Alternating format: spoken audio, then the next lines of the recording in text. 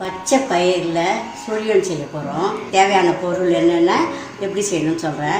இந்த பச்சை பயிர் வந்து ஆர்கானிக் பச்சை பயிர், அது வந்து சிறுசாக இருக்குது. இதை வந்து வறுத்துட்டு வேக வச்சு செய்ய போகிறேன். எல்லோரும் கடலப்பருப்பில் செய்வாங்க. நான் அதனால் இது கொஞ்சம் வயிற்றுக்கு குளுமையாக இருக்கும், உடம்புக்கு நல்லது, புரோட்டீன் ஹை புரோட்டீன்றதால நான் பச்சை பயிரில் ஆர்கானிக் பச்சை பயிர் வாங்கி செய்ய போகிறேன். அது ஒன்று.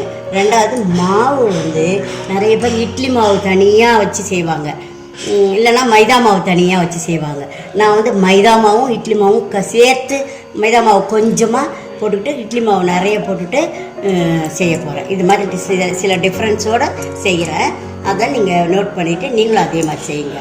எது எது நல்லதோ அதெல்லாம் நான் ஆட் பண்ணியிருக்கேன். இங்கே பாருங்கள், இப்போ பச்சை பயிறு கொஞ்சம் கூம்பாக கொஞ்சம் நிறைய இருக்க மாதிரி பச்சை பயிறு 1 கப்பு, நெய் 1 டேபிள் ஸ்பூன், வெல்லம் கொஞ்சம் கம்மியாக அதே கப்பில் 1 கப்பு, தேங்காய் துருவணும் இப்போ பத்தியா போட்டது 1 கப்பு, மைதா மாவு 3/4 கப்பு, ஏலக்காய் 6, பொரிக்கிறதுக்கு எண்ணெய். இதை எப்படி செய்யலாம், எண்ணெய் ஏதுன்னு இப்போ நான் பார்க்க சொல்கிறேன். இப்போ பாருங்க, கடாய் அடுப்பில் வச்சு சூடேறிச்சு. இந்த பச்சை பயிரை வறுத்துடலாம். லேசாக வாசனை வர மாதிரி வறுத்தா தான் மனமாக ருச்சியாக இருக்கும். எப்போ எது செஞ்சீங்கன்னா எந்த பலகாரம் பச்சை பயிர் செய்யணும் லேசாக வறுத்திங்கன்னா அது மனமாக இருக்கும். மொத்தமாக வாங்கினீங்கன்னா முதல்லையே வறுத்து ஒரு டப்பாவில் போட்டு வச்சுக்கோங்க. வண்டெல்லாம் பிடிக்காது, நல்லாயிருக்கும். 5 மினிட்ஸ் பண்ணால் போதும், ரொம்ப தேவைக்க வேண்டாம். திறந்துடுச்சு, வாசனை கமகமன்னு வருது.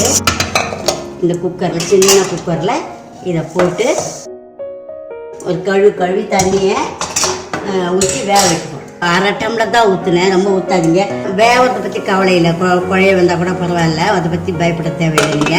இந்த வெயிட் போட்டு ஒரு 2 விசில் வச்சு தம்மில் ஒரு 5 நிமிஷம் வச்சு எடுத்துடலாம். அவ்வளோதான், வேகட்டும். அதுக்குள்ள நம்ம மாவு தயாரிச்சுட்டு வந்துடலாம். மைதா மாவு இருக்குல்ல, அது போட்டுறேன். உப்பு போடாதீங்க, ஏன்னா இட்லி மாவில் நம்ம எப்போவுமே உப்பு போட்டிருப்போம்.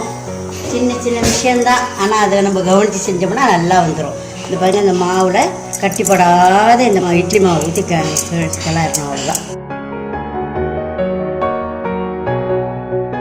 குக்கரில் போட்டு நல்லா வாசனை கமகமன்னு வருது, வெந்த வாசனை.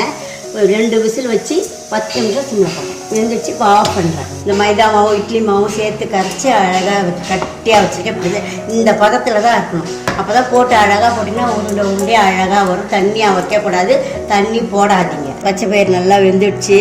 தண்ணியும் இல்லை, சுத்தமாக நான் கொஞ்சம் தண்ணி தான் ஊற்றினல, அதனால் தண்ணியும் இல்லை. ஆறட்டும். ஆறினோன்னு பார்த்து சூடாக போட்டுறதுங்க. இந்த வெள்ளத்தையும் தேங்காய் ஏலக்காய் எல்லாத்தையும் மிக்சியில் போட்டு ஒன்றா அடிக்க போகிறேன். இது எப்படி ஆர்கானிக் பருப்போ அதே மாதிரி வெள்ளம் வந்து மண் இல்லாத சுத்தம் நல்ல வெள்ளமாக வாங்கியிருக்கேன். அதனால தான் நான் ஸ்ட்ரெயிட் போட்டிருக்கேன், பாவு எடுக்காமல். இப்போ இதையும் இதில் போட்டு மிக்சியில் வெள்ளத்தையும் ஏலக்காய் அந்த வேக வச்ச பச்சை பயிறு தேங்காய் எல்லாத்தையும் போட்டேன். அழகாக கட்டியாக அப்படி வந்துடுச்சு. நம்ம அடுப்பில் வச்சு திருப்பி கிண்டணும் அப்படின்லாம் அவசியம் இல்லை. இது ஈஸி வேலை. ஆனால் வெள்ளத்தில் முதல்ல மண் இல்லாத வெள்ளம் வாங்கிக்கோங்க, அதுதான் அதில் இம்பார்ட்டன்ட். அது வாங்கிட்டிங்கன்னா இந்த மாதிரி அழகாக செஞ்செல்லாம் உருட்டி வைக்க வேண்டியது தான், வேறு ஒன்றுமே செய்ய தேவையில்லை.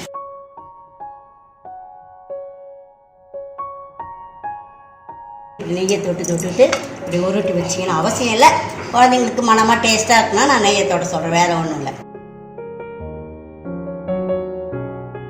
உங்களுக்கு உடனே செய்யணும்னா நீங்கள் வந்து இப்போதான் செஞ்சு எப்பயே செய்யணும்னு இல்லை. நீங்கள் முதல் நாளோ சாயந்தரம் காலையிலையோ எப்போ உங்களுக்கு டைம் ஃப்ரீயாக இருக்கோ அப்போ இதை செஞ்சு அப்புறமா நீங்கள் செய்கிறப்போ அந்த மாவை கரைச்சி செஞ்சுக்கலாம். அதனால் நான் முதல் நாள் நைட்டு செஞ்சுட்டு காலையில் செய்யலாம், எப்படி உங்களுக்கு சௌகரியமோ அப்படி செஞ்சுக்கலாம். கடாயை அடுப்பில் வச்சுட்டு சுழியன் சுடுறதுக்கு எண்ணெய் ஊற்றுறேன். 25 உருண்டை வந்திருக்கு. இந்த பாருங்க, அது இந்த மாவில் இந்த எண்ணெய் காய்ஞ்சிச்சு. மிதமான தீ வச்சுக்குங்க. இந்த பாருங்க, இது இப்படி இதில் போட்டு அழகாக இப்படி எடுத்துக்குங்க. மாவு தனியாக உராமல் இப்படி எடுத்துங்க, கையில் எடுத்து இப்படி விடுங்க. அழகாக உந்துச்சு பாருங்க, உண்டா.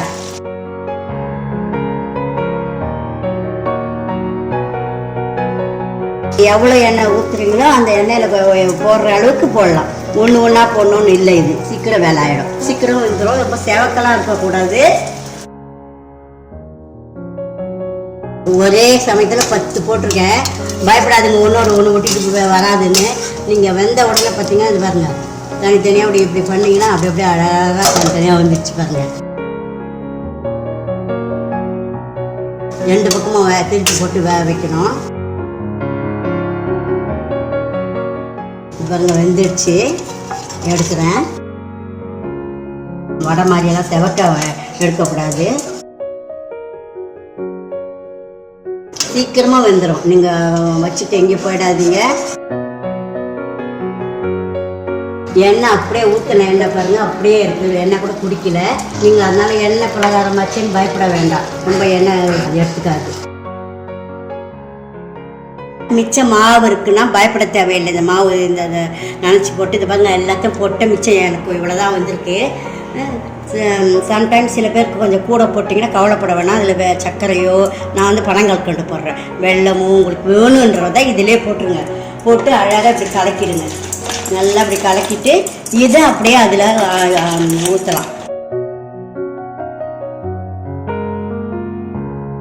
அப்படியே தேய்ச்சி ஊற்றுங்க.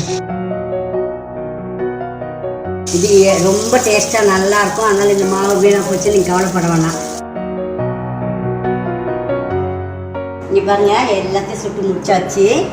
சுழியம் அழகாக வந்திருக்கு, டேஸ்ட்டாக இருக்குது, நல்லா இருக்குது. அந்த மாவில் நான் பனங்கற்கண்டு போட்டு கலந்து அது சுட்டது இது கடைசியாக. இது மாதிரி எல்லா மாவு எவ்வளோ மாவு இருந்தாலும் இதே மாதிரி நீங்கள் அழகாக அதே எண்ணெயிலே போட்டு சுட்டுக்கலாம்.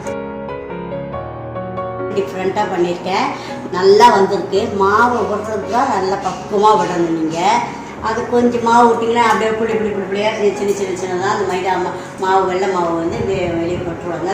அதை கரெக்டாக அழகாக நான் அப்படியே எடுத்து போடுங்க. அதான் அதில் இருக்க விஷயம். சின்ன விஷயம்லாம் உங்களுக்கு நல்லா தெரியறதுக்காக, சின்ன பிள்ளைங்களுக்கு தெரியணும்னு சொல்லியிருக்கேன். மீதி மாவு இருந்தாலும் என்ன செய்யணும்னு சொல்லியிருக்கேன். பார்த்து செஞ்சுட்டு எப்படி இருக்குன்னு கமெண்ட் பண்ணுங்கள். இந்த வீடியோ பார்த்ததற்கு நன்றி. இந்த ரெசிபி உங்களுக்கு பிடிச்சிருந்தா லைக் பண்ணுங்கள், ஷேர் பண்ணுங்கள், என்னுடைய சேனலுக்கு சப்ஸ்கிரைப் பண்ணுங்கள். பெல் பட்டன் அழுத்துனீங்கன்னா புதுசாக அப்லோட் பண்ணுற வீடியோ உங்கள் நோட்டிஃபிகேஷனுக்கு வரும். உங்களுக்கு புது ரெசிபீஸோ இல்லை ஏதாவது கொஷின்ஸோ இருந்தால் கமெண்ட் செக்ஷன்ஸில் கொடுங்க. நன்றி.